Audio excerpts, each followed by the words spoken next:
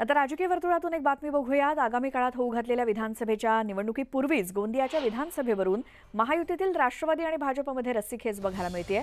राष्ट्रवादीचे नेते प्रफुल्ल पटेलांचं होमग्राऊंड असलेल्या मतदारसंघाकडे संपूर्ण महाराष्ट्राचं लक्ष लागलंय। अशातच आज राष्ट्रवादीचे प्रफुल्ल पटेल गोंदिया जिल्ह्याच्या दौऱ्यावरती असताना त्यांना गोंदिया विधानसभेच्या जागा वाटपावरून प्रश्न केले असता दावा करण्याचा अधिकार प्रत्येकाला आहे आणि सध्या गोंदिया विधानसभेची जागा ही कुठल्याही महायुतीच्या घटक पक्षाकडे नाही, आमचा गृहमतदारसंघ आहे, त्यामुळे आम्हाला मागण्याचा अधिकार आहेच असं प्रफुल्ल पटेल म्हणाले। तर भाजप नेते परिणय फुके यांनी देखील गोंदिया विधानसभा ही भाजपची पारंपरिक सीट असून ती आम्हालाच मिळायला हवी असं म्हटलं।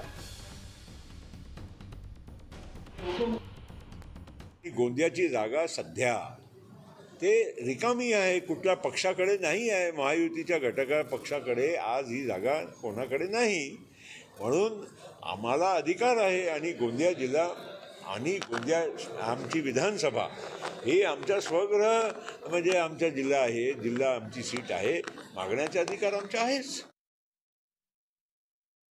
गोंदियाला मी मागे सांगितलं होतं की पारंपरिक भाजपची सीट आहे, भाजपला मिळाली पाहिजे। बघू आता पुढे कसं उमेदवार तुम्हाला सांगणार ना, उमेदवार डिक्लेअर करू। आणि यानंतर आता पुढची बातमी बघूया, ती म्हणजे राष्ट्रवादी शरदचंद्र पवार पक्षाची शिवस्वराज्य यात्रा अहमदपुरात पोहोचली आणि यावेळी खासदार अमोल कोल्हे यांनी नितेश राणेंवरती चांगलाच निशाणा साधला। ही मस्ती उतरवल्याशिवाय महाराष्ट्र शांत बसणार नाही अशी टीका कोल्हेंनी केली, तर जयंत पाटील यांनी देखील महायुती सरकारवर जोरदार टीका केली। योजना दूत नेमणार आहेत, प्रत्येकाला 10,000 रुपये पगारावर ठेवणार आहेत, कॉन्ट्रॅक्ट 6 महिन्याचं करणार आहेत, 300 कोटी त्यांच्यावर खर्च करणार आहेत, जाहिरातीसाठी 270 कोटी योजनांच्या जाहिरातीसाठी खर्च करणार आहे। त्यामुळे सरकार आत्मविश्वास गमावलेलं सरकार आहे आणि आपला पराभव होणार या भीतीनं ग्रासलेलं असल्यामुळं ते आजचं मरण उद्यावर ढकलण्याचा प्रयत्न करतायत। त्यामुळे नोव्हेंबर महिन्यात निवडणूक घेतील असा माझा अंदाज आहे। लाडकी बहीण योजनेवरून खासदार प्रणिती शिंदे यांनी सरकारवरती हल्लाबोल केला। लाडकी बहीण योजना ही स्टंटबाजी असून लाडकी बहीण कधी सावत्र होईल हे सांगता येत नाही असं प्रणिती शिंदे म्हणाल्या। तसंच विधानसभा निवडणुका पुढे ढकलण्याचं षडयंत्र सुरू असल्याचा आरोप देखील त्यांनी केला।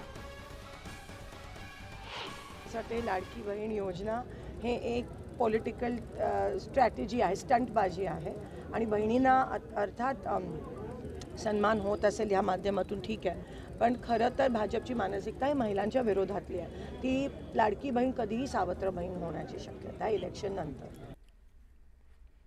पुण्यातील सिंहगड रोडवरच्या उड्डाणपुलाचं उद्घाटन पार पडलं। उपमुख्यमंत्री अजित पवारांच्या हस्ते हा उद्घाटन सोहळा पार पडला। सिंहगड रोडवरच्या या उड्डाणपुलाच्या उद्घाटनाची गेल्या अनेक दिवसांपासून प्रतीक्षा होती। हा उड्डाणपूल लोकांच्या सेवेत आजपासून आल्यामुळे वाहतूक कोंडीतून पुणेकरांची सुटका होणार आहे। नागरिकांची गैरसोय होऊ नये म्हणून सकाळी 7 वाजताच या उड्डाणपुलाचं उद्घाटन करण्यात आल्याचं मिश्किल वक्तव्य अजित पवारांनी केलं।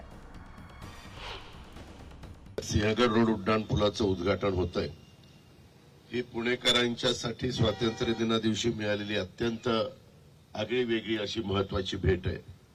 त्याबद्दल मी पुणेकरांचं मनापासून अभिनंदन करतो आणि भारताच्या स्वातंत्र्य दिनाच्या निमित्तानं मी त्यांना मनापासून शुभेच्छा देखील देतो। मी नेहमी सकाळी अर्ली मॉर्निंग कार्यक्रम घ्यायचा प्रयत्न करत असतो, त्याच्यामध्ये मी सकाळी उठतो म्हणून नाही, परंतु आपण सकाळी 7ला उद्घाटन केलं तर एवढे पुणेकर बाहेर पडलेले नसतात। 10ला 11ला कार्यक्रम केला की एवढी गर्दी असते, मग तो जाणारा गाडीतनं जर गाडी त्याची स्लो करून जावं लागलं किंवा जाम झाला की त्या कार्यक्रमाच्या मध्ये आम्ही बोलत असले की आम्हाला इतक्या मनात ते शिव्या देत असतात, त्यांना काही आकला नाही। त्यांनी कुणी सांगितलं एवढा कार्यक्रम घ्यायचं काय कारण होतं, नुसती फेत कापायची निघून जायचं, पण ते आम्ही सगळं सहन करतो। त्यांची मानसिकता आमच्याही लक्षात येते। चांदणी चौकाच्या बद्दलचे प्रश्न आपल्याला सगळ्यांना माहिती आहे, तिथं अशा प्रकारचा उड्डाणपूल होऊ शकतो, परंतु आज देखील जर पुणेरी पाट्या वगैरे बघितल्या तर त्याच्यात पण असं काही कॉमेंट्स केली जाते की कुठून कुठं जायचं, ओळखा पाहू चांदणी चौकात, असं काहीतरी सांगितलं जातं। त्यांचंही खरं असेल,